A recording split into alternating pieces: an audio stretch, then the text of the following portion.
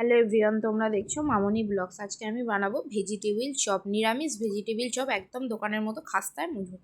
প্রথমে আমি ভাজা মশলাটা করে নেবো। দিয়েছি এলাচ, দারচিনি, জিরে, গোটা ধনে, মৌরি আর লবণ দিয়ে অল্প করে ভেজে আমি তুলে নিয়েছি। এরপরে কড়াইতে সর্ষের তেল দিয়ে তাতে জিরে, শুকনো লঙ্কা ফোড়ন দিয়ে আমি আদা কাঁচা লঙ্কা বাটা দিয়ে দিয়েছি। আদা কাঁচা লঙ্কা একটুখানি কাঁচা গন্ধ চলে গেলে এখানে গ্রেট করে রাখা গাজর আর বিট দিয়ে ভালো করে কষিয়ে নিয়ে যখন সেদ্ধ হয়ে যাবে তখন সেদ্ধ করা আলু, ভাজা মশলা আর ধনেপাতা আর বাদাম ভাজা দিয়ে নামিয়ে নেবো। এরপরে আমি তৈরি করে নেবো দোকানের মতো।